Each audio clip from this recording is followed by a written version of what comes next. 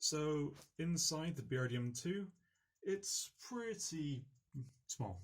You have to be pretty good at being able to climb through most vehicles, as it's quite a narrow space. The controls on it are pretty typical for most standard vehicles, especially Soviet-built vehicles. Gearbox works the other way around to convention because it's an old truck gearbox put the other way around. But otherwise, like the accelerator, brake, and clutch are the same as you would normally expect.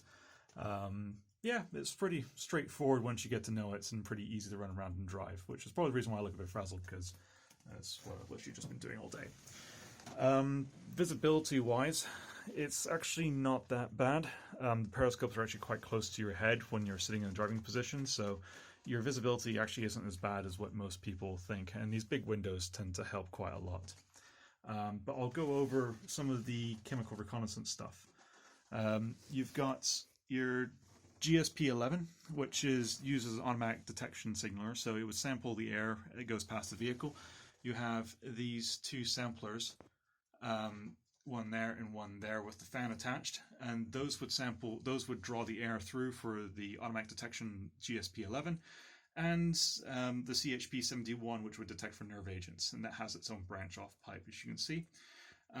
Just to the top side, you have the flag marker poles, the control box for flag markers, so you can individually select which flag, so you can set them up in advance before you go into a contaminated area and launch the one you require into the ground. Otherwise, the normal layout is quite typical. You have the gunner's position or gunner's seat. That would probably most be for operating in the position for operating the equipment, and then you just have your standard commander's position and driver, as you've already seen.